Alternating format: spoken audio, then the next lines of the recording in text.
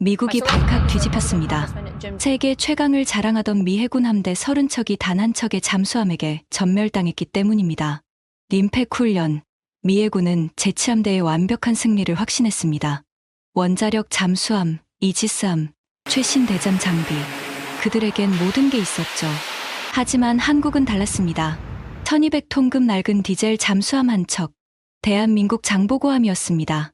12일간 단 한 번도 포착하지 못한 채 미 제국의 함대가 완전히 무너졌습니다. 도대체 무슨 일이 있었던 걸까요? 미 해군의 자존심을 산산조각 낸 침묵의 사냥꾼. 그 충격적인 이야기 지금 시작합니다. 30척입니다. 제 함대를 격침시킨 잠수함의 전과죠. 단 한 척의 잠수함이 말입니다. 구축함, 프리깃함, 심지어 제가 타고 있던 항공모함까지 포함해서요. 이게 얼마나 충격적인 숫자인지 감이 안 오실 겁니다. 30척이면 소형 국가의 해군 전체를 격침시킨 거나 마찬가지거든요. 더 충격적인 건 따로 있습니다. 저희는 그 잠수함을 단 한 번도 포착하지 못했어요. 레이더에도, 소나에도, 대잠 헬기의 감지 장비에도 잡히지 않았습니다. 유령처럼 나타났다가 유령처럼 사라졌죠. 저는 로버트 해리슨입니다. 미 해군에서 30년을 복무했고 2004년 당시 제치함대 전대장으로 림팩 훈련에 참가했습니다. 림팩이 뭐냐고요?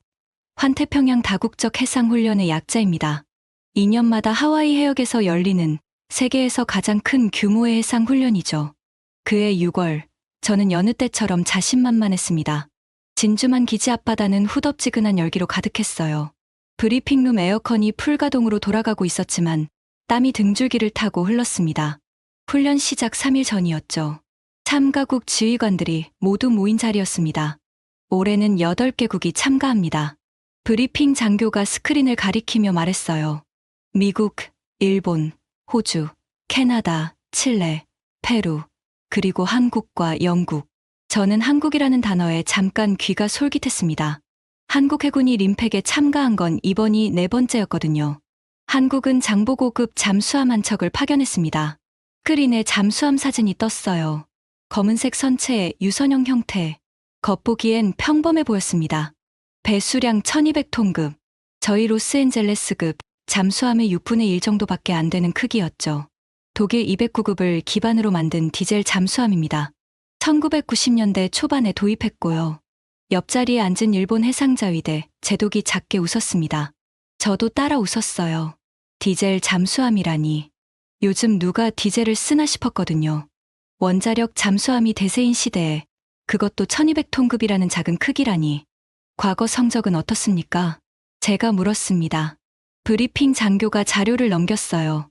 2000년 림팩에서 11척 격침, 2002년에는 10척 격침 기록이 있습니다. 회의실이 약간 술렁였습니다. 나쁘지 않은 성적이었거든요. 하지만 저는 대수롭지 않게 생각했습니다. 훈련이잖아요. 실전이 아니라 운이 좋았을 수도 있고 다른 나라들이 방심했을 수도 있죠. 함장은 누구죠? 이름은 공개되지 않았습니다. 다만 베테랑이라고만 알려져 있습니다. 저는 고개를 끄덕였어요. 그리고 다음 안건으로 넘어갔습니다. 솔직히 말하면 저는 한국 잠수함을 전혀 신경 쓰지 않았습니다.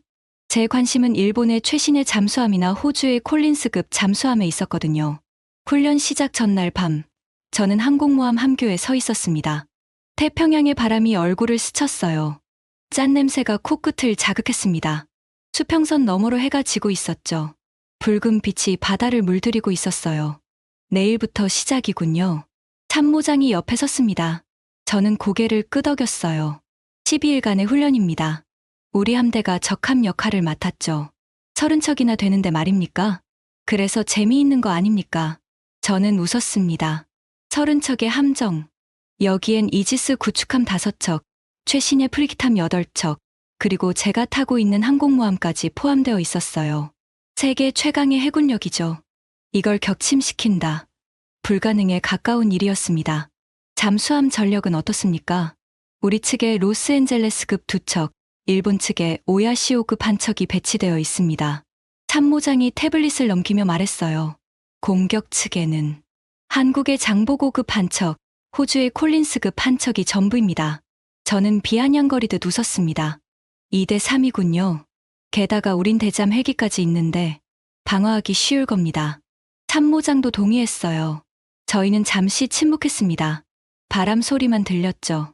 어둠이 내려오고 있었어요. 그때는 몰랐습니다. 그 침묵이 얼마나 아이러니한 것인지, 앞으로 저희를 공포로 몰아넣을 것이 바로 침묵 그 자체라는 걸 말이죠. 훈련 첫날 아침이 밝았습니다. 금요일 오전 6시. 하와이 해역은 잔잔했어요. 파도 소리가 규칙적으로 들렸습니다. 저는 항공모함 작전 지휘실에 있었어요. 벽면을 가득 채운 스크린들이 켜져 있었고 수십 명의 장교들이 각자 위치에서 모니터를 응시하고 있었습니다. 전 함대 배치 완료. 작전관이 보고했어요. 초록색 점들이 스크린에 떠올랐습니다. 30척의 함정이 넓은 해역에 퍼져 있었죠. 완벽한 대잠 방어 진영이었습니다. 적 잠수함 2척, 출항 확인. 붉은 점 2개가 나타났어요. 한국의 장보고급과 호주의 콜린스급, 둘 다 진주만 기지에서 출발한 게 레이더에 잡혔습니다. 좋아요. 이제부터 추적 시작입니다. 저는 커피를 한 모금 마셨어요. 따뜻한 액체가 목을 타고 내려갔습니다. 훈련의 룰은 간단했어요. 공격 측 잠수함들은 저희 함대를 최대한 많이 격침시켜야 합니다. 어뢰 발사 시뮬레이션으로요. 반대로 저희는 잠수함들을 찾아서 격침시켜야 하죠. 제동님, 적 잠수함들이 잠수했습니다. 예상된 일입니다. 소나 감시 강화하세요. 붉은 점 2개가 스크린에서 사라졌어요. 당연한 거였습니다. 잠수하면 레이더에 안 잡히니까요. 이제부터는 소나의 영역이죠. 저는 여유롭게 의자에 기댔습니다.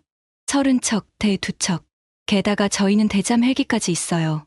이건 훈련이 아니라 일방적인 사냥이 될 거라고 생각했습니다. 그때까지는 말이죠. 제동님, 급박한 목소리가 들렸어요. 소나 담당 장교였습니다. 그의 얼굴이 창백했죠. 3번 구축함, 격침 판정입니다. 순간, 작전실이 조용해졌습니다. 뭐라고요? 저는 벌떡 일어났어요. 스크린을 봤습니다. 초록색 점 하나가 붉은색으로 바뀌어 있었죠. 격침 판정을 받았다는 뜻이에요. 어느 잠수함입니까? 확인 중입니다만. 장교가 데이터를 확인했어요. 손이 떨리고 있었습니다. 발사 위치로 추정하건대. 알 수 없습니다. 알 수 없다니 무슨 말입니까? 제 목소리가 높아졌어요. 장교가 고개를 저었습니다. 소나에 아무것도 잡히지 않았습니다. 어뢰 발사음도 추진음도 없었어요. 불가능한 일이었습니다. 어뢰를 발사하면 반드시 소음이 나거든요. 아무리 조용한 잠수함이라도 말이죠. 3번 함에 확인하세요. 참모장이 명령했어요. 무전이 연결됐습니다. 3번 함입니다. 어뢰 명중 시뮬레이션 확인했습니다. 격침 판정받았습니다. 무전기 너머로 당황한 목소리가 들렸어요. 적 잠수함을 포착했습니까? 아닙니다. 아무것도 감지하지 못했습니다. 저는 이를 악물었습니다. 첫 교전에서 당한 거예요. 그것도 흔적도 없이. 실수겠죠. 참모장이 말했어요. 저도 고개를 끄덕였습니다. 그럴 수밖에 없었어요. 운이 좋았거나 아니면 시스템 오류였을 겁니다. 하지만 30분 후 다시 보고가 들어왔습니다. 7번 프리기탐, 격침 판정. 그리고 1시간 후 12번 구축함, 격침 판정. 작전실의 분위기가 변하기 시작했어요. 초록색 점들이 하나씩 붉은색으로 바뀌고 있었습니다. 그런데 이상한 건 여전히 적 잠수함이 소나에 잡히지 않는다는 거였죠. 대잠 헬기 출동시키세요. 제가 명령했습니다. 목소리에 긴장이 묻어났어요. 음향 탐지 부위를 전 해역에 살포하세요. 반드시 찾아야 합니다. 헬기 2대가 이륙했어요. 로터 소리가 작전실까지 들렸습니다. 스크린에 헬기의 위치가 표시됐죠. 부위들이 바다에 떨어지는 게 보였어요. 저는 숨을 죽이고 기다렸습니다. 30분이 지났어요. 아무 신호도 없었습니다. 1시간이 지났습니다. 여전히 침묵이었죠. 그리고 그 침묵 속에서 또 다른 함정이 격침당했습니다. 훈련 첫날이 끝날 무렵 저희는 이미 6척을 잃은 상태였습니다. 일부 2장, 첫 번째 신호. 그날 밤 저는 잠을 이룰 수 없었습니다. 함장실 침대에 누워 천장을 응시했어요. 에어컨 소음이 규칙적으로 들렸지만 머릿속은 온통 낮에 있었던 일로 가득했습니다. 6척. 단 하루 만에 6척이나 당했어요. 그것도 적 잠수함의 위치를 단 한 번도 파악하지 못한 채로. 30년 해군 생활에서 이런 경험은 처음이었습니다. 다음 날 아침 회의는 무거운 분위기로 시작됐어요. 토요일 오전 7시, 각 함정의 함장들이 화상으로 연결되어 있었습니다. 모두들 어두운 표정이었죠. 어젯밤 데이터를 분석했습니다. 작전관이 보고를 시작했어요. 스크린의 해도가 떠올랐습니다. 6개의 붉은 X 표시가 찍혀 있었죠. 격침당한 함정들의 위치였어요. 공통점을 찾았습니까? 제가 물었습니다. 작전관이 고개를 저었어요. 없습니다. 격침 위치가 랜덤입니다. 시간 간격도 불규칙하고요. 발사 거리는 추정 2km에서 5km 사이입니다. 정확한 발사 위치는 여전히 알 수 없습니다. 참모장이 한숨을 쉬었어요. 저도 답답했습니다. 적이 어디 있는지도 모르는데 어떻게 막으라는 건지. 호주 잠수함은 어떻습니까? 어젯밤 11시경 소나에 포착됐습니다. 현재 일본 측 잠수함이 추적 중입니다. 그나마 다행이었어요. 적 잠수함 2척 중 하나는 위치를 파악한 거니까요. 그렇다면 나머지 한 척, 한국 잠수함일 가능성이 높습니다. 작전관의 말에 회의실이 조용해졌습니다. 저는 눈을 감았어요.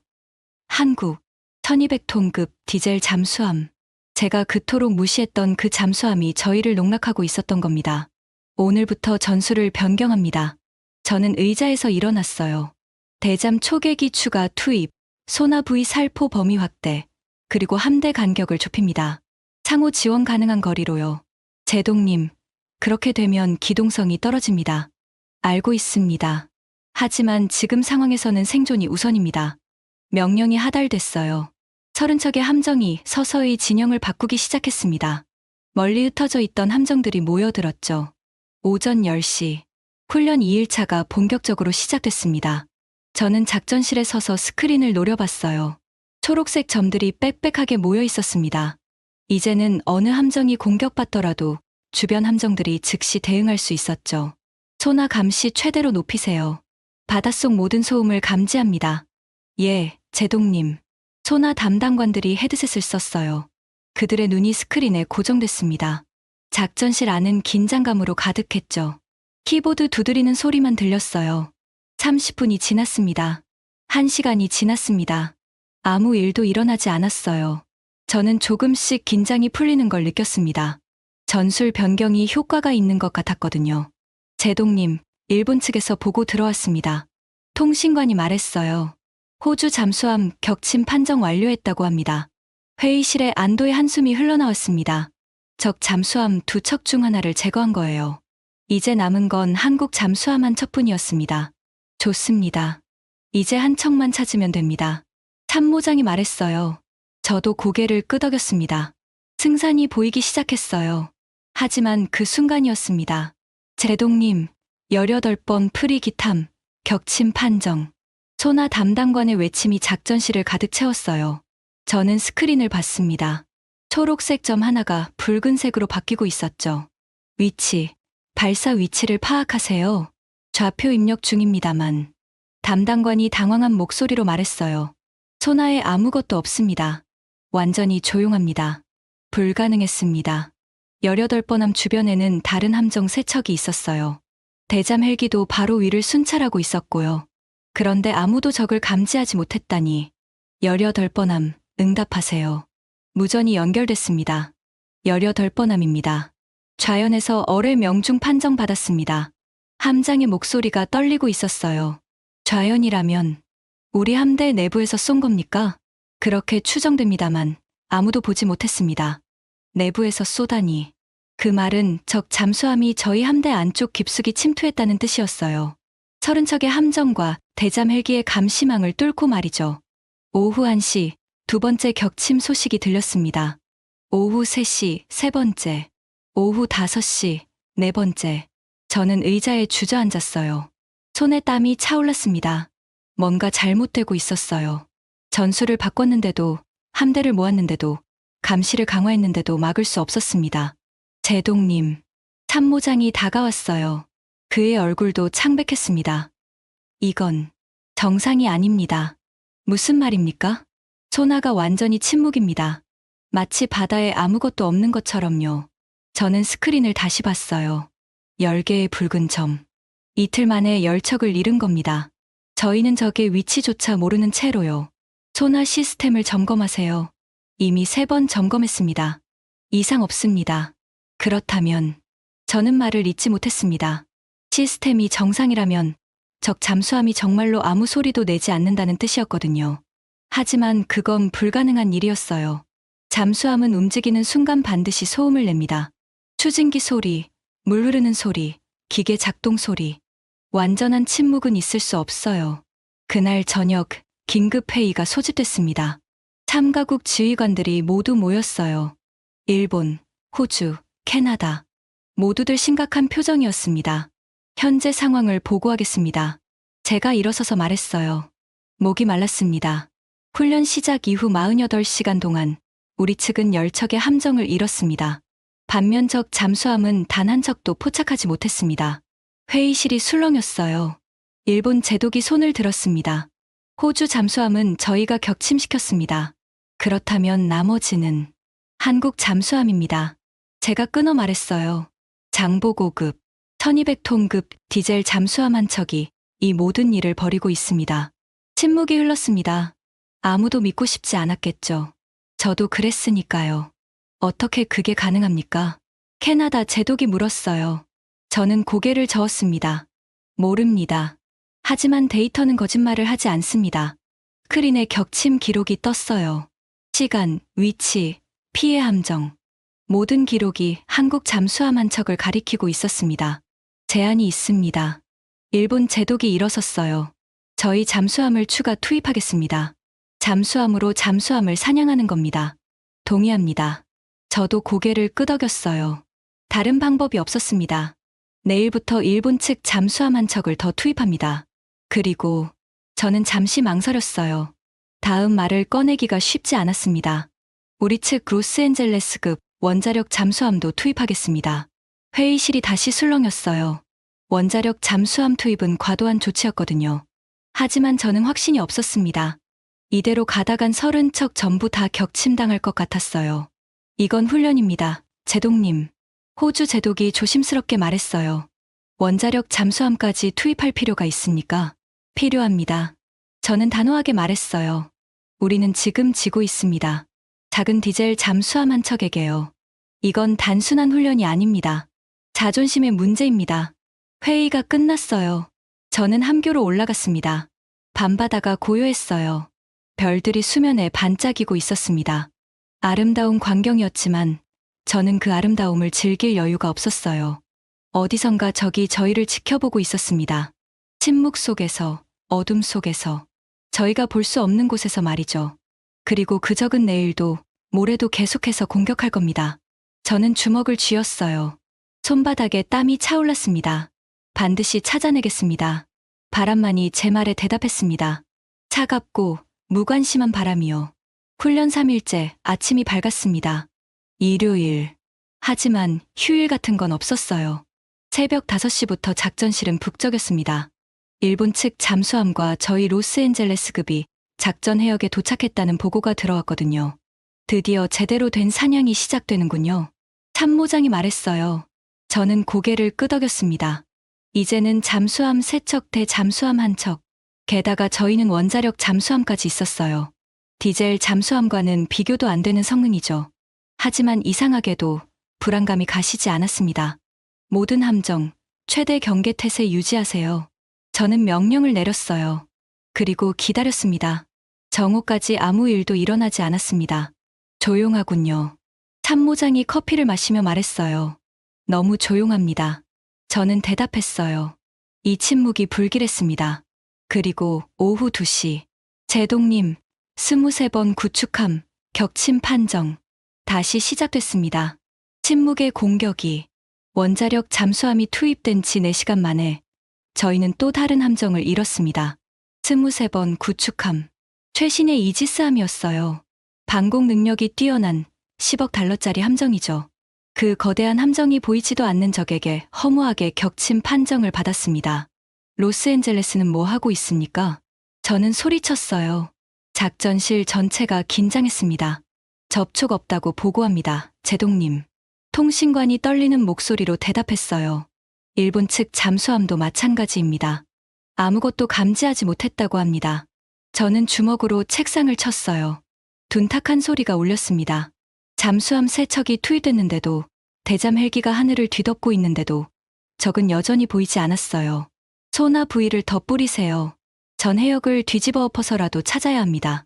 제동님, 이미 500개 이상의 부위를 살포했습니다. 그럼 1000개를 뿌리세요. 제 목소리가 작전실에 메아리쳤습니다.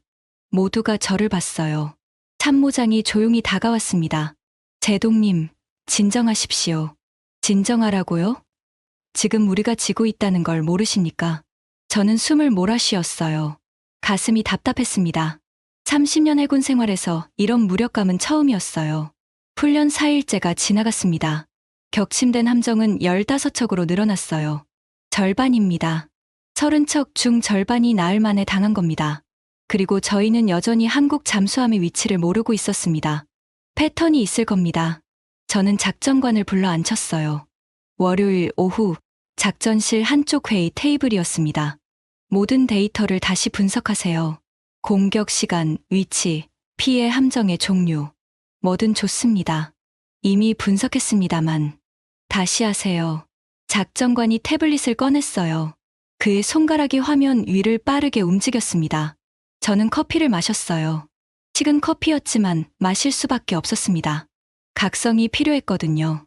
하나 발견했습니다. 작전관이 고개를 들었어요. 대부분의 공격이 저희 함대 진영중앙부에서 일어났습니다. 중앙부? 네. 가장자리가 아니라 안쪽이요.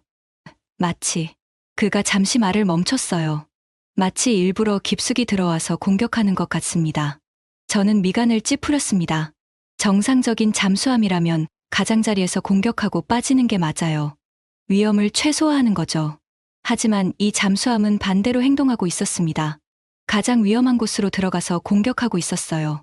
자신감입니까? 아니면 무모함입니까? 참모장이 물었어요. 저는 대답하지 않았습니다. 둘 다일 수도 있었고, 아니면 전혀 다른 이유일 수도 있었으니까요. 또 다른 패턴은 공격 간격이 점점 짧아지고 있습니다. 처음엔 1시간 간격이었는데 지금은 30분 정도로 줄었습니다. 빨라지고 있다는 말이군요. 그렇습니다. 그리고 작전관이 다른 화면을 열었어요. 격침된 함정들의 배치를 보면 모두 대잠 능력이 약한 함정들입니다. 이지스함도 당했지 않습니까? 이지스함은 방공 전문입니다. 대잠은 약하죠. 저는 천천히 고개를 끄덕였습니다. 적이 목표물을 선별하고 있다는 뜻이었어요. 그냥 닥치는 대로 쏘는 게 아니라 약한 고리를 골라서 공격하고 있었습니다. 지능적입니다. 제가 중얼거렸어요. 상대가 누구든 굉장히 뛰어난 전술가입니다. 그날 저녁, 저는 처음으로 한국 해군에 대해 조사하기 시작했습니다. 함장실에 혼자 앉아서 노트북을 켰어요. 검색창에 한국 해군 잠수함이라고 입력했습니다. 여러 자료들이 나왔죠. 장보고급, 1990년대 초반 도입, 독일 209급 기반, 배수량 1200톤, 승조원 33명, 어뢰 발사관 8개, 숫자만 봐서는 특별할 게 없었어요. 평범한 디젤 잠수함이었습니다. 하지만 과거 성적 부분에서 눈길이 멈췄어요. 2000년 림팩 11척 격침, 미포착 생존. 2002년 림팩 10척 격침, 하푼 미사일 실사격 성공. 저는 화면을 응시했습니다. 매번이었어요. 매번 참가할 때마다 이 잠수함들은 2자릿수 격침을 기록했습니다. 그리고 한 번도 포착되지 않았어요. 우연이 아니군. 저는 혼잣말을 했습니다. 이건 행운이 아니었어요. 실력이었습니다. 체계적으로 훈련받은 뛰어난 승조원들의 실력이요. 창밖을 봤어요. 밤바다가 검게 펼쳐져 있었습니다. 어딘가 저 어둠 속에 그 잠수함이 있었죠. 조용히, 아주 조용히 움직이면서. 훈련 6일째가 밝았습니다. 격침된 함정은 20척을 넘어섰어요. 저는 거의 잠을 자지 못했습니다. 눈 밑에 다크서클이 짙게 생겼고 손은 계속 떨렸어요. 카페인 과다 섭취 때문이었습니다. 제동님, 참모장이 조심스럽게 다가왔어요. 수요일 아침이었습니다. 일본 측에서 제안이 왔습니다. 무슨 제안입니까? 잠수함 3척을 일렬로 배치해서 감시망을 구축하자고 합니다. 통과할 수 없는 벽을 만드는 거죠. 저는 고개를 저었어요. 소용없습니다. 이미 시도해봤습니다. 하지만 이 잠수함은 우리가 아는 방법으로는 잡을 수 없습니다. 제 말에 참모장이 입을 다물었어요. 저도 제 말이 믿기지 않았습니다. 불가능하다는 걸 인정하는 거나 마찬가지였으니까요. 오전 11시 또 한 척이 격침됐습니다. 정오, 두 척이 동시에 당했어요. 오후 3시 다시 한 척. 저는 의자에 앉아 그저 스크린을 바라봤습니다. 초록색 점들이 하나씩 붉은색으로 바뀌는 걸 지켜보면서 아무것도 할 수 없었어요. 명령을 내려도 소용이 없었습니다. 전술을 바꿔도 병력을 추가해도 결과는 같았어요. 제동님, 함대 사기가. 참모장이 말을 흐렸어요. 저는 알고 있었습니다. 각 함정의 승조원들이 불안해하고 있다는 걸요. 누가 다음 차례일지 몰라 두려워하고 있다는 걸. 전 함대에 통신 연결하세요. 저는 일어섰어요. 마이크를 잡았습니다. 손이 떨렸지만 꾹 눌러 참았어요. 여러분, 전대장 해리슨입니다. 무전기 너머로 정적이 흘렀습니다. 지금 우리는 고전하고 있습니다. 솔직히 말해서 지고 있습니다. 참모장이 놀란 눈으로 저를 봤어요. 하지만 저는 계속했습니다. 하지만 이건 실전이 아닙니다. 훈련입니다. 우리가 배우는 시간이죠. 그리고 지금 우리는 아주 중요한 걸 배우고 있습니다. 저는 잠시 숨을 고르고 말했어요. 침묵의 가치를요. 보이지 않는 적의 위력을요. 그리고 우리가 얼마나 교만했는지를요. 스크린 속 초록색 점들이 여전히 깜빡이고 있었습니다. 아직 살아있는 함정들이었죠. 앞으로 며칠 더 훈련이 남았습니다.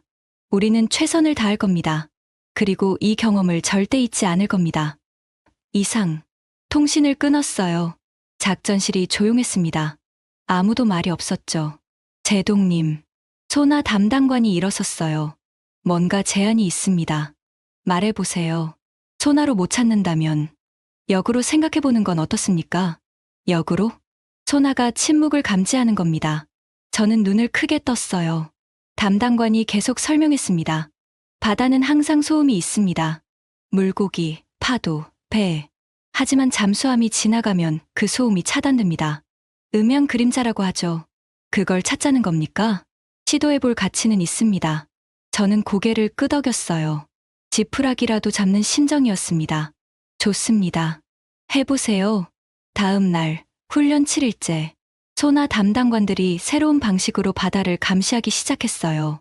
소음을 찾는 게 아니라 침묵을 찾는 거였습니다. 역설적이었죠. 오전 내내 아무 성과가 없었어요. 하지만 오후 2시경, 담당관이 소리쳤습니다. 제동님, 뭔가 있습니다. 저는 달려갔어요. 소나 화면을 봤습니다. 미세한 음향 그림자가 보였어요. 아주 작고 희미했지만 분명히 있었습니다. 저겁니까? 확신할 수 없지만 가능성이 있습니다. 저는 즉시 결정했어요. 로스앤젤레스의 좌표 전송, 추정 명령. 예, 미 해군의 자랑, 원자력 잠수함이 움직이기 시작했습니다. 음향 그림자를 향해서요. 30분이 지났습니다. 1시간이 지났습니다. 그리고 제동님, 로스앤젤레스에서 보고 들어왔습니다. 통신관이 헤드셋을 벗었어요. 그의 얼굴에 좌절이 가득했습니다. 놓쳤다고 합니다. 그림자가 사라졌답니다. 저는 주저앉았어요. 다리의 힘이 풀렸습니다. 그리고 14번 프리기탐이 격침 판정받았습니다. 또 당했습니다. 저희가 적을 추적하는 동안 적은 다른 곳에서 공격하고 있었던 겁니다. 그날 저녁 훈련 8일째가 시작되기 직전 저는 항공모함 갑판 위에 혼자 서 있었어요. 별이 쏟아질 것 같은 밤하늘이었습니다. 바람이 얼굴을 스쳤어요. 차갑고 무심했습니다. 격침된 함정은 25척, 남은 함정은 단 5척뿐이었어요. 우리는 졌습니다. 저는 혼잣말을 했습니다. 인정하기 싫었지만 사실이었어요. 완패였습니다. 30척의 함대가 한 척의 잠수함에게 무너진 겁니다. 뒤에서 발소리가 들렸어요. 참모장이었습니다. 제동님, 알고 있습니다. 저는 대답했어요. 내일이면 끝나죠. 이 악몽 같은 훈련이. 하지만 우리는 뭔가를 배웠습니다. 뭘 배웠습니까? 무력감입니까? 패배의 쓴맛입니까? 참모장이 제 옆에 섰어요. 그도 수평선을 바라봤습니다. 겸손을요. 그의 말에 저는 고개를 돌렸어요. 우리는 너무 교만했습니다. 세계 최강의 해군이라고 자부했죠. 하지만 지금 보십시오. 우리보다 작은 나라, 작은 잠수함에게 이렇게 당하고 있습니다. 저는 아무 말도 하지 않았어요. 참모장의 말이 맞았으니까요. 이 경험이 우리를 더 강하게 만들 겁니다. 그러길 바랍니다. 저는 다시 바다를 봤습니다. 어둠 속 어딘가에 그 잠수함이 있었죠. 1200톤급 디젤 잠수함, 33명의 승조원, 장보고급. 저는 그 이름을 절대 잊지 못할 겁니다. 훈련 9일째 아침, 저는 결정을 내렸습니다. 직접 만나야겠다고요. 저희를 이렇게 만든 그 잠수함의 함장을 말이죠. 목요일 오전 8시, 저는 작전실에서 통신관에게 지시했어요. 한국 측에 연락하세요. 장보고함 함장과 통화하고 싶다고 전하세요. 제동님, 훈련 중에 적함과 직접 통신하는 건 알고 있습니다. 하지만 필요합니다. 30분 후 통신이 연결됐습니다. 대한민국 해군 잠수함 장보고함입니다. 무전기 너머로 침착한 목소리가 들렸어요. 한국어 억양이 섞인 영어였습니다. 저는 마이크를 잡았어요. 미 해군 제7함대 전대장 해리슨입니다. 함장님과 통화할 수 있겠습니까? 잠시 침묵이 흘렀습니다. 그리고 다른 목소리가 들렸어요. 장보고함 함장입니다. 낮고 차분한 목소리였어요. 나이는 40대 중반쯤 될 것 같았습니다. 훈련 중 연락드려 죄송합니다. 다만 한 가지 궁금한 게 있어서요. 말씀하십시오. 어떻게 하신 겁니까? 제 질문에 함장이 잠시 웃었어요. 짧지만 따뜻한 웃음이었습니다. 훈련의 일부입니다. 제동님. 25척입니다. 우리가 잃은 함정이요. 단 한 번도 포착되지 않으셨죠. 운이 좋았습니다. 운이라고요? 저는 코웃음을 쳤어요. 2000년, 2002년, 그리고 올해. 매번 운이 좋으셨다는 말입니까? 침묵이 흘렀습니다. 저는 계속했어요. 저는 30년간 해군에 있었습니다. 운과 실력을 구분할 줄 압니다. 당신들은 실력이 있어요.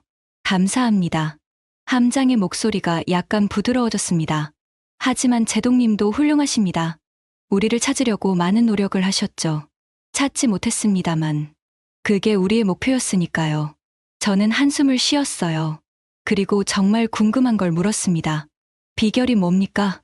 소음 제거? 특수 코팅? 아니면 침묵입니다. 함장이 간단히 대답했어요. 그저 조용히 있는 겁니다. 필요 이상으로 움직이지 않고 필요 이상으로 소리내지 않는 거죠. 그게 전부입니까? 그게 전부입니다. 저는 믿을 수 없었어요. 그렇게 간단한 원리라니. 훈련은 내일 끝납니다. 마지막 날입니다. 제가 말했어요. 우리는 당신을 찾을 겁니다. 반드시요. 시도해 보십시오, 제동님. 함장의 목소리에 도전이 담겨 있었어요. 하지만 조롱이 아니었습니다. 존중이었죠. 그럼 내일 봅시다. 바다에서 뵙겠습니다. 통신이 끊어졌어요. 저는 마이크를 내려놓고 의자에 앉았습니다. 조용히 있는 것. 그게 전부라니. 참모장이 고개를 저었어요. 말은 쉽죠. 하지만 실천은 다릅니다. 맞습니다. 저는 고개를 끄덕였어요. 우리도 조용히 하려고 노력합니다. 하지만 저들만큼은 아닌가 봅니다. 오후가 되자 저는 정보 담당관을 불렀어요. 한국 해군에 대한 모든 자료를 모아주세요. 특히 잠수함 부대에 관해서요. 알겠습니다. 제동님. 2시간 후 담당관이 두꺼운 파일을 들고 왔습니다. 생각보다 자료가 많군요. 저는 파일을 받아들었어요. 한국 해군은 1990년대 초반 독일로부터 잠수함 기술을 도입했습니다. 처음엔 완제품을 수입했고 이후 라이센스 생산으로 전환했죠. 담당관이 설명했어요. 총 9척을 운용 중입니다. 모두 장보고급이고요. 승조원 훈련은 어떻습니까? 극도로 엄격하다고 알려져 있습니다. 선발 과정부터 까다롭고 훈련 기간도 깁니다. 저는 파일을 넘겼어요. 훈련 과정이 상세히 나와 있었습니다. 소음 관리 훈련. 제 눈이 한 문단에 멈췄어요. 승조원들은 잠수함 내에서 절대 큰 소리를 내지 않도록 훈련받습니다. 심지어 식사 시간에도 식기를 조심스럽게 다루죠. 식기요? 참모장이 놀라서 물었어요. 네. 포크와 나이프가 부딪히는 소리조차 바깥으로 새어나갈 수 있다고 생각하는 겁니다. 저는 숨을 들이마셨어요. 그 정도였습니다. 모든 승조원이 침묵을 생활화하는 거죠. 또 있습니다. 담당관이 다른 페이지를 폈어요. 디젤 잠수함의 약점은 소음입니다. 특히 발전기 작동 시 소리가 크죠. 하지만 한국 잠수함들은 배터리 관리가 뛰어나다고 합니다. 배터리로만 움직인다는 말입니까? 대부분의 시간을요. 발전기는 필수적일 때만 최소한으로 작동시킵니다. 저는 파일을 덮었어요. 이제 이해가 됐습니다. 기술의 문제가 아니었어요. 훈련의 문제였죠.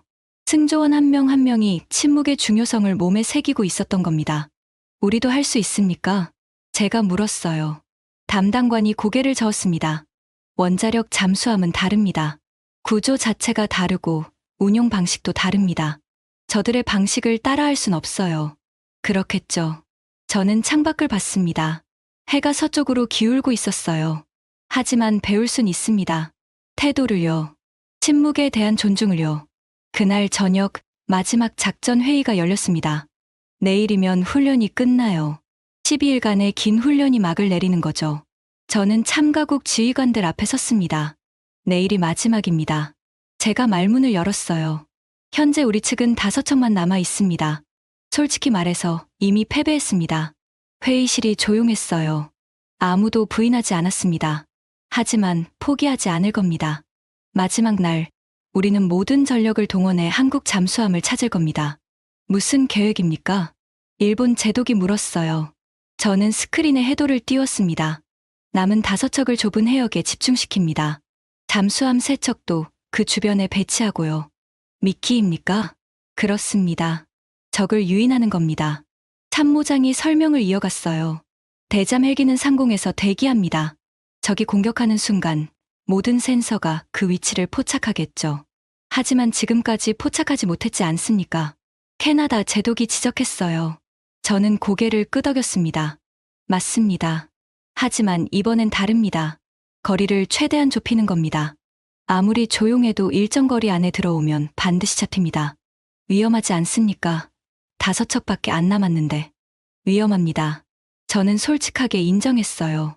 하지만 이게 우리의 마지막 기회입니다. 내일이 지나면 훈련은 끝나고 우리는 영원히 한국 잠수함을 포착하지 못한 함대로 기록될 겁니다. 침묵이 흘렀습니다. 모두가 고민하고 있었어요. 동의합니다. 일본 제독이 먼저 손을 들었어요.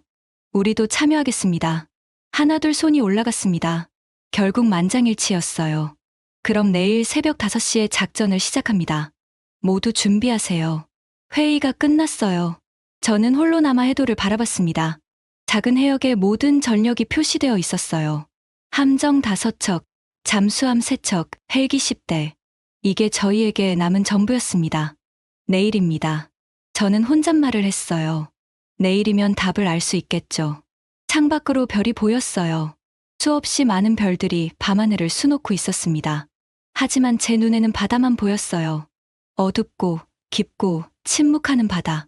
그곳 어딘가에 그들이 있었습니다. 33명의 승조원과 함께 조용히 숨을 죽이고 있었죠. 저는 주먹을 꽉 쥐었어요. 내일 봅시다. 장보고함. 바람이 얼굴을 스쳤습니다. 차갑지만 상쾌했어요. 훈련 마지막 밤이 깊어가고 있었습니다. 훈련 마지막 날 새벽, 저는 단 1시간도 자지 못했습니다. 금요일 오전 4시, 작전실로 향하는 복도는 텅 비어 있었어요. 제 발소리만 메아리쳤습니다.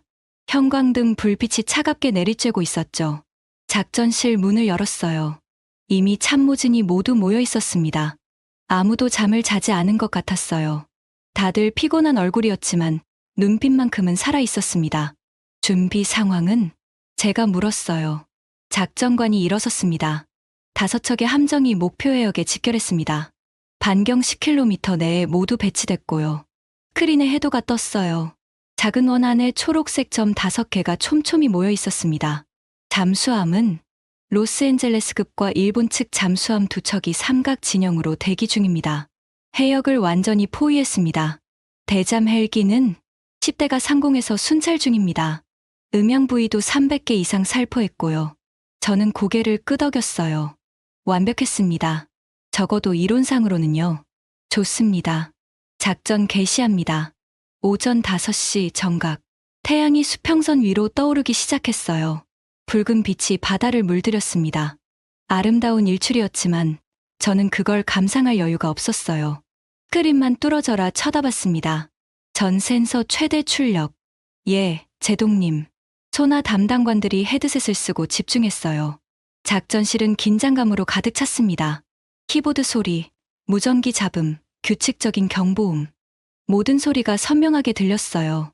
30분이 지났습니다. 1시간이 지났습니다. 아무 일도 일어나지 않았어요. 바다는 고요했습니다. 제동님, 혹시 저기 작전을 눈치챈 걸까요?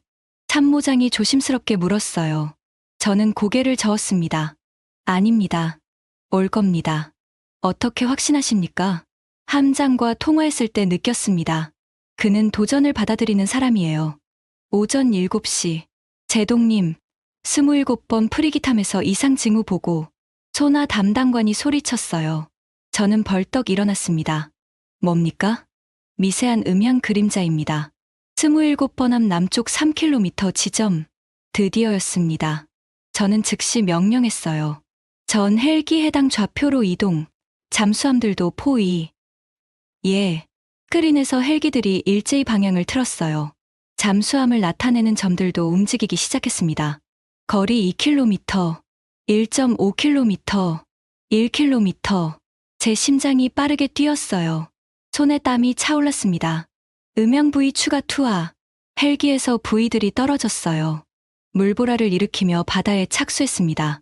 신호 포착. 소나 담당관이 외쳤어요. 확실합니다. 잠수함입니다. 위치 고정. 좌표 전송 완료. 저는 주먹을 쥐었어요. 드디어 잡았습니다. 9일 만에 처음으로 적의 위치를 파악한 거예요. 로스앤젤레스 공격 개시. 미 해군의 자랑, 원자력 잠수함이 움직였습니다. 시뮬레이션 어뢰 발사 준비에 들어갔죠. 발사 준비 완료. 발사. 순간 소나 화면이 변했어요.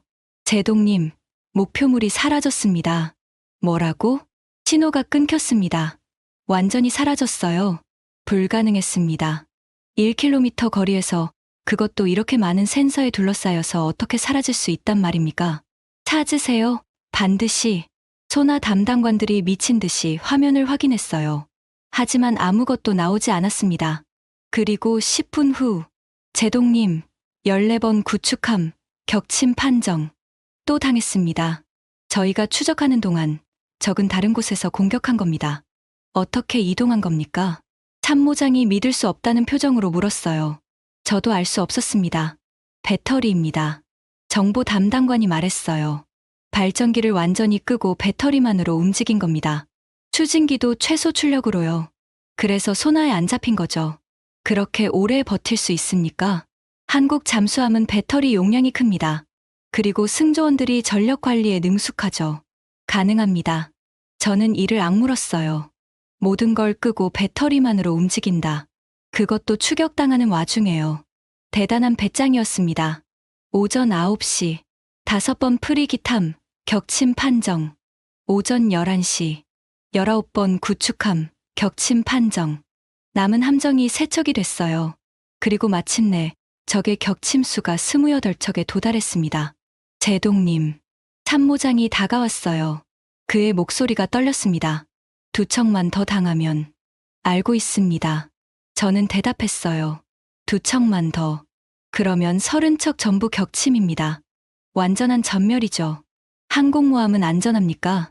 지금까지는 공격받지 않았습니다만. 방어를 더 강화하세요. 대잠 초계를 더 늘리고요. 예, 제동님. 하지만 저는 알고 있었어요. 소용없을 거라는 걸. 적이 원한다면 저희 항공모함도 격침시킬 수 있을 겁니다. 정오가 지났어요. 남은 시간은 6시간. 오후 6시면 훈련이 공식 종료됩니다. 제동님, 일본 측에서 연락 왔습니다. 통신관이 말했어요. 그들의 잠수함이 뭔가 발견했다고 합니다. 위치는 북서쪽 8km 지점. 미세한 난류를 감지했답니다. 난류? 잠수함이 지나간 흔적일 수 있습니다. 저는 즉시 결정했어요. 전 헬기 그쪽으로, 로스앤젤레스도 이동. 다시 추격이 시작됐습니다. 하지만 이번엔 조심스러웠어요.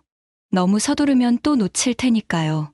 거리 5km, 4km, 3km. 저는 숨을 참았어요. 스크린을 뚫어져라 쳐다봤습니다.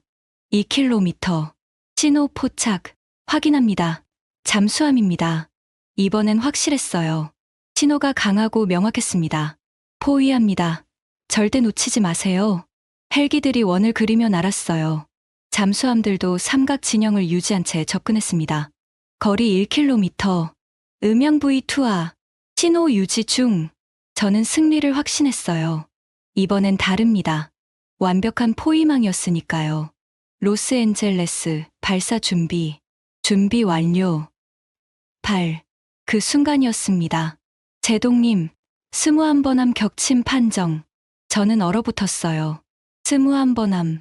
저희가 추격하고 있는 지점에서 12km나 떨어진 곳에 있던 함정이었어요. 확인하세요. 다시 확인하라고요. 확인했습니다. 스무한번함, 좌연 명중, 격침입니다. 불가능했습니다. 저희가 추격하던 잠수함이 어떻게 12km 떨어진 곳을 공격할 수 있단 말입니까? 제동님. 소나 담당관이 창백한 얼굴로 말했어요. 저희가 추격하던 건 잠수함이 아닙니다. 뭐라고? 디코이입니다. 음향 발생 장치를 띄워보는 거예요. 저희를 속인 겁니다. 저는 주저앉았어요. 다리에 힘이 풀렸습니다. 속았습니다. 완벽하게요. 적은 저희가 추격하는 동안 전혀 다른 곳에 있었던 겁니다. 그리고 유유히 스무한번함을 격침시켰죠. 29척입니다. 참모장이 떨리는 목소리로 말했어요. 이제 한 척만 더 당하면. 저는 눈을 감았어요. 패배를 인정하고 싶지 않았지만 어쩔 수 없었습니다. 오후 3시. 마지막 함정인 11번 프리기탐이 최대 경계 태세에 들어갔어요. 항공모함 바로 옆에 붙어서 움직였습니다. 절대 떨어지지 마세요. 제가 무전으로 지시했어요. 항공모함과 함께 움직이세요. 적이 감히 항공모함까지는. 말을 끝내지 못했습니다. 제동님, 11번함. 격침 판정. 순간 작전실이 조용해졌어요. 30척. 모두 격침됐습니다. 스크린 위에 초록색 점들이 모두 붉은색으로 바뀌어 있었어요. 하나도 남지 않았습니다. 훈련 종료까지 3시간 남았습니다. 통신관이 기계적으로 말했어요. 하지만 더 이상 격침시킬 함정이 없습니다. 저는 의자에 기댔어요. 온몸에 힘이 빠졌습니다. 30척 전멸. 역사상 유례없는 기록이었어요. 한 척의 잠수함이 30척의 함대를 전멸시킨 겁니다. 그것도 단 한 번도 포착되지 않은 채로요. 제동님. 참모장이 물을 건넸어요. 저는 받아서 마셨습니다. 목이 말랐어요. 완패입니다. 제가 중얼거렸어요. 이보다 더 참혹한 패배는 없을 겁니다. 하지만 실전이 아닙니다. 알고 있습니다. 하지만 저는 말을 이었어요. 만약 실전이었다면 우리는 모두 죽었을 겁니다. 작전실에 무거운 침묵이 흘렀습니다. 오후 6시. 훈련 종료 사이렌이 울렸어요. 저는 항공모함 갑판으로 나갔습니다. 석양이 지고 있었어요. 붉은 빛이 바다를 물들이고 있었습니다. 12일이 끝났군요. 참모장이 옆에 섰어요. 저는 고개를 끄덕였습니다. 긴 12일이었습니다. 수평선 너머로 한국 잠수함이 부상하는 게 보였어요. 검은 선체가 물 위로 떠올랐습니다. 작지만 당당했어요. 저들이 이겼습니다. 제가 말했어요. 완벽한 승리였습니다. 참모장이 침묵했어요. 저도 더 이상 말하지 않았습니다. 바람이 불었어요. 차갑고 쓸쓸한 바람이었습니다. 하지만 이상하게도 분하지 않았어요. 오히려 존경심이 들었습니다. 저들은 약자였습니다. 작은 배, 작은 나라. 하지만 준비되어 있었어요. 훈련되어 있었고 헌신적이었습니다. 그리고 무엇보다 침묵할 줄 알았어요. 배웠습니다. 저는 혼잣말처럼 중얼거렸어요. 많은 걸 배웠습니다. 석양이 완전히 지고 있었습니다. 어둠이 내려오고 있었어요. 하지만 제 마음속에는 작은 불빛이 켜졌습니다. 다음엔 더 잘할 수 있을 거란 희망이었어요. 훈련이 끝나고 이틀 후 공식 디브리핑이 시작됐습니다. 일요일 오전 9시. 진주만 기지 회의실은 각국 해군 관계자들로 가득 찼어요. 미국, 일본, 한국, 호주, 캐나다. 모두가 침묵 속에 앉아 있었습니다. 저는 단상 앞에 섰어요. 손에 든 리모컨이 축축했습니다. 떨리지 않으려고 애썼지만 쉽지 않았어요. 2004년 림팩 훈련 결과를 보고하겠습니다. 스크린에 숫자가 떴습니다. 참가 함정 30척, 격침 30척, 생존 0척. 회의실이 술렁였어요. 숫자로 보니 더 충격적이었습니다. 공격 측 잠수함은 2척이었습니다. 호주 콜린스급 한 척은 훈련 2일째 격침됐습니다. 저는 다음 슬라이드로 넘어갔어요. 나머지 30척은 모두 대한민국 해군 장보고함의 전과입니다. 한국 해군 대표단 쪽에서 작은 움직임이 있었어요. 하지만 그들은 표정을 감추고 있었습니다. 훈련 기간 12일 동안 우리는 단 한 번도 장보고함의 정확한 위치를 포착하지 못했습니다. 저는 숨을 들이마셨어요. 3척의 잠수함, 10대 이상의 대잠 헬기, 500개가 넘는 음향 부위를 동원했음에도 불구하고 말입니다. 질문하겠습니다. 일본 제독이 손을 들었어요. 어떻게 그게 가능했습니까? 기술적으로 설명 가능한 일입니까? 저는 정보 담당관에게 고개를 끄덕였어요. 그가 일어나서 설명했습니다. 분석 결과 3가지 요인이 결합된 것으로 보입니다. 스크린에 그래프가 나타났어요. 첫째, 극도의 소음 관리입니다. 장보고급 잠수함은 대부분의 시간을 배터리만으로 운항했습니다. 디젤 발전기는 필수적일 때만 최소한으로 가동했죠. 우리도 조용히 운항하지 않습니까? 캐나다 제독이 물었어요. 수준이 다릅니다. 정보 담당관이 대답했어요. 우리의 조용함과 그들의 조용함은 차원이 다릅니다. 그들은 침묵에 가깝습니다. 회의실이 조용해졌어요. 둘째, 뛰어난 전술입니다. 다음 슬라이드가 나왔어요. 공격 위치들이 점으로 표시되어 있었습니다. 장보고함은 랜덤하게 공격하지 않았습니다. 대잠 능력이 약한 함정을 선별적으로 공격했고 우리의 감시망이 약한 지점을 정확히 파고들었습니다. 미끼 전술도 사용했습니다. 제가 덧붙였어요. 음향 디코이를 띄워서 우리를 다른 곳으로 유인했죠. 우리가 그쪽을 추격하는 동안 본체는 전혀 다른 곳에서 공격했습니다. 그건 고도의 심리전입니다. 호주 제독이 감탄하듯 말했어요. 셋째, 승조원의 훈련 수준입니다. 정보 담당관이 계속했어요. 한국 잠수함 승조원들은 평균 5년 이상의 경력자들입니다. 그리고 침묵에 대한 훈련을 일상적으로 받습니다. 일상적으로요? 네. 식사 시간에도, 휴식 시간에도 항상 조용히 행동하도록 훈련받습니다. 이건 단순한 규칙이 아닙니다. 문화입니다. 저는 한국 대표단을 봤어요. 그들 중 한 명이 미소를 지었습니다. 자랑스러워하는 게 느껴졌어요. 질문입니다. 제가 한국 측을 향해 말했어요. 함장님과 승조원 여러분께 직접 듣고 싶습니다. 어떻게 준비하셨습니까? 한국 해군 대표가 일어섰어요. 중년의 남성이었습니다. 차분한 인상이었죠. 준비는 특별하지 않았습니다. 그가 유창한 영어로 말했어요. 우리는 그저 평소 하던 대로 했을 뿐입니다. 평소 하던 대로? 네. 침묵하는 것, 조심하는 것, 그리고 끈기 있게 기다리는 것. 이건 우리가 매일 훈련하는 내용입니다. 비결 같은 건 없습니까? 일본 제독이 물었어요. 한국 대표가 잠시 생각하더니 대답했습니다. 우리는 작습니다. 작다고요? 네. 우리 잠수함은 1200톤입니다. 여러분의 잠수함보다 훨씬 작죠. 작은 건 약점이 될 수도 있지만 장점이 될 수도 있습니다. 그가 미소를 지었어요. 작으니까 더 조용할 수 있습니다. 작으니까 더 민첩할 수 있습니다. 그리고 작으니까 더 간절합니다. 그 말에 회의실이 조용해졌어요. 우리는 큰 나라가 아닙니다. 많은 자원을 가진 것도 아닙니다. 하지만 그렇기 때문에 더 열심히 훈련하고 더 철저히 준비합니다. 저는 고개를 끄덕였어요. 이해했습니다. 배고픔이 그들을 강하게 만든 거예요. 간절함이 그들을 뛰어나게 만든 겁니다. 감사합니다. 제가 말했어요. 귀하와 승조원들에게 경의를 표합니다. 회의실에 박수가 터져 나왔어요. 처음엔 몇 명이었지만 곧 모두가 박수를 쳤습니다. 기립 박수였어요. 한국 대표가 깊게 고개를 숙였습니다. 오후가 되자 비공식 토론이 시작됐어요. 저는 작은 회의실에 각국 제독들과 함께 앉아 있었습니다. 커피 향이 방 안을 가득 채우고 있었어요. 이 경험에서 우리는 무엇을 배워야 합니까? 캐나다 제독이 물었어요. 저는 커피를 한 모금 마시고 대답했습니다. 첫째, 교만을 버려야 합니다. 교만이요? 네. 우리는 너무 자신했습니다. 세계 최강의 해군이라고 믿었죠.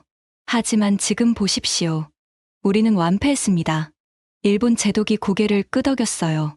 맞습니다. 저도 한국 잠수함을 무시했습니다. 작고, 오래됐고, 디젤이라는 이유로요.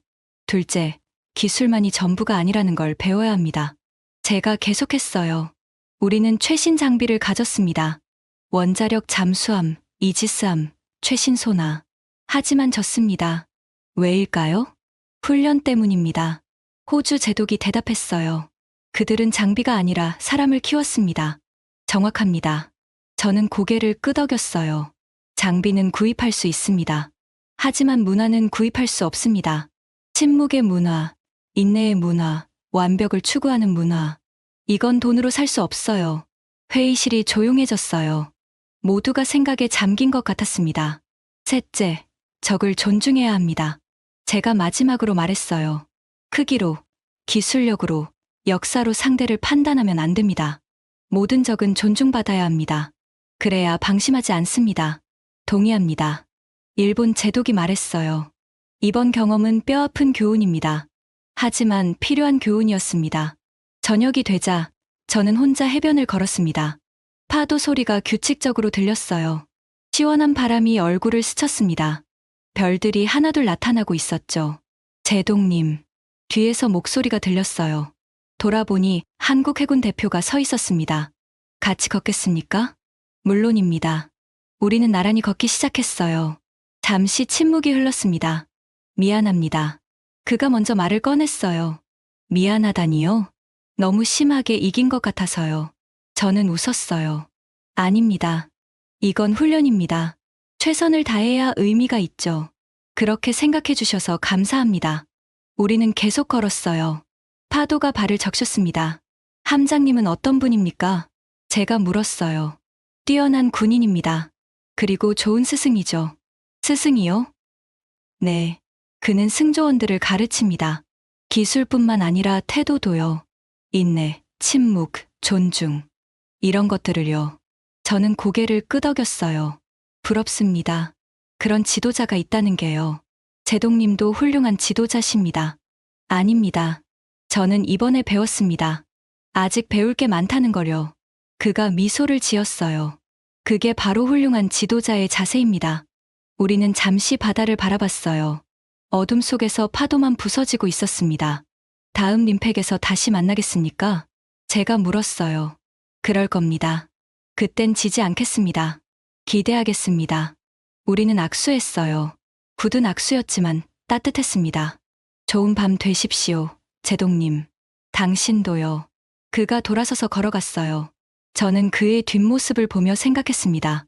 이번 패배는 끝이 아니에요. 시작입니다. 더 나은 해군이 되기 위한 시작이요. 저는 다시 바다를 봤어요. 어둡고 넓고 깊었습니다. 하지만 이제는 두렵지 않았어요. 그 어둠 속에서 배울 게 있다는 걸 알았으니까요. 침묵의 가치를요. 인내의 힘을요. 그리고 겸손의 중요성을요. 저는 미소를 지었습니다.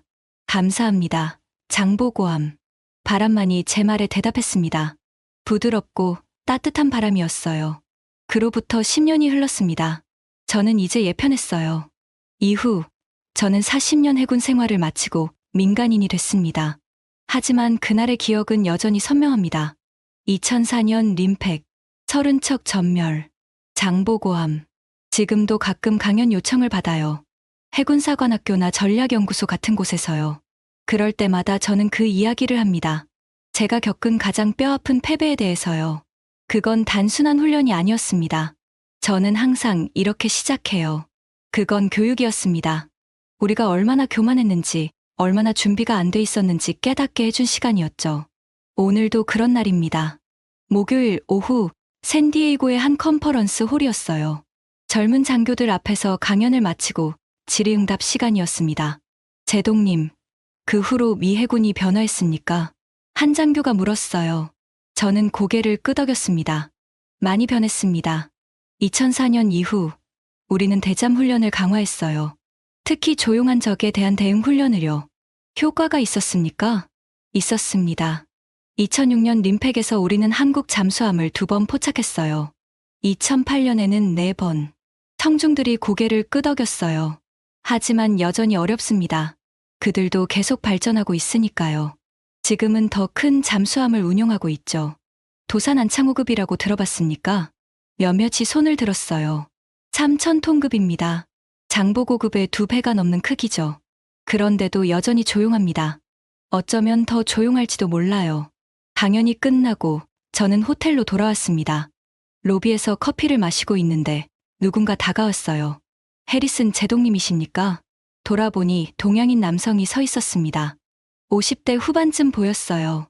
익숙한 얼굴이었는데 어디서 봤는지 기억이 안 났습니다. 그렇습니다만 저는 이준호입니다. 대한민국 해군 예비역 대령입니다. 순간 기억이 떠올랐어요. 혹시 2004년 림팩? 네, 장보고함 함장이었습니다.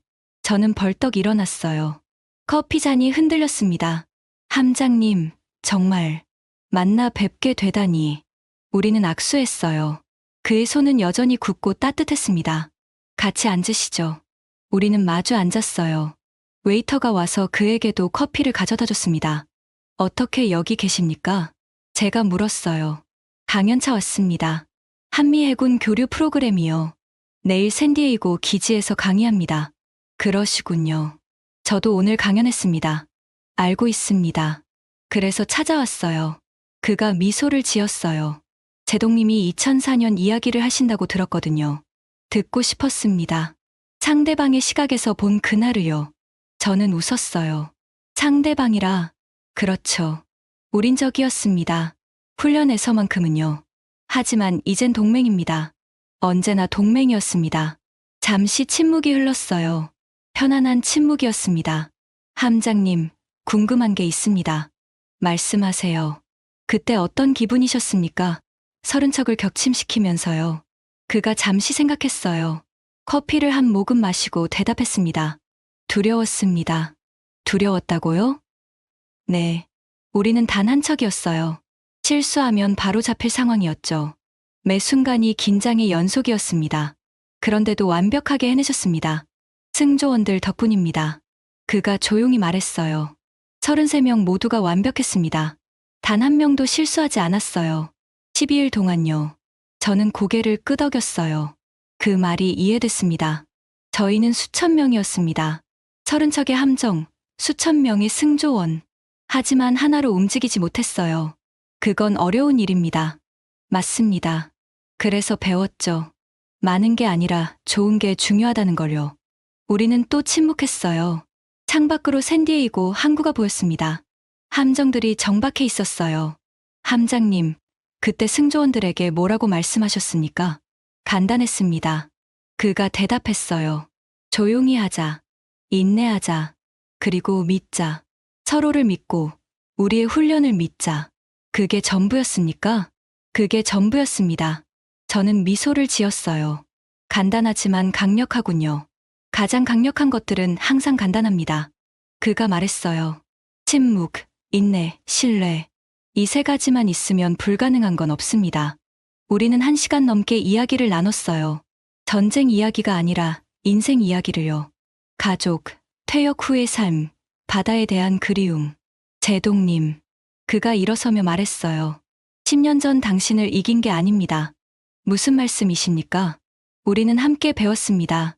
당신은 겸손을, 우리는 자신감을. 그건 승리가 아니라 교환이었어요. 저는 일어나서 그와 악수했어요. 감사합니다. 그렇게 생각해 주셔서요. 내일 강에 오시겠습니까? 물론입니다. 그럼 그때 뵙죠. 그가 돌아서서 걸어갔어요. 저는 그의 뒷모습을 보며 생각했습니다. 10년이 지났지만 그날의 교훈은 여전히 살아있어요. 크기가 아니라 질이다. 기술이 아니라 사람이다. 소음이 아니라 침묵이다. 그리고 무엇보다 적을 존중하라. 다음 날 아침, 저는 샌디에이고 기지에 갔습니다. 강의실은 젊은 장교들로 가득했어요. 이준호 함장이 단상에 서 있었습니다. 침묵의 힘에 대해 이야기하겠습니다. 그가 강의를 시작했어요. 2004년, 저는 단 한 척의 잠수함으로 30척의 함대와 맞섰습니다. 불가능해 보였죠. 하지만 우리는 해냈습니다. 어떻게? 침묵했기 때문입니다. 청중들이 집중했어요. 침묵은 단순히 조용한 게 아닙니다. 침묵은 인내입니다. 자제입니다.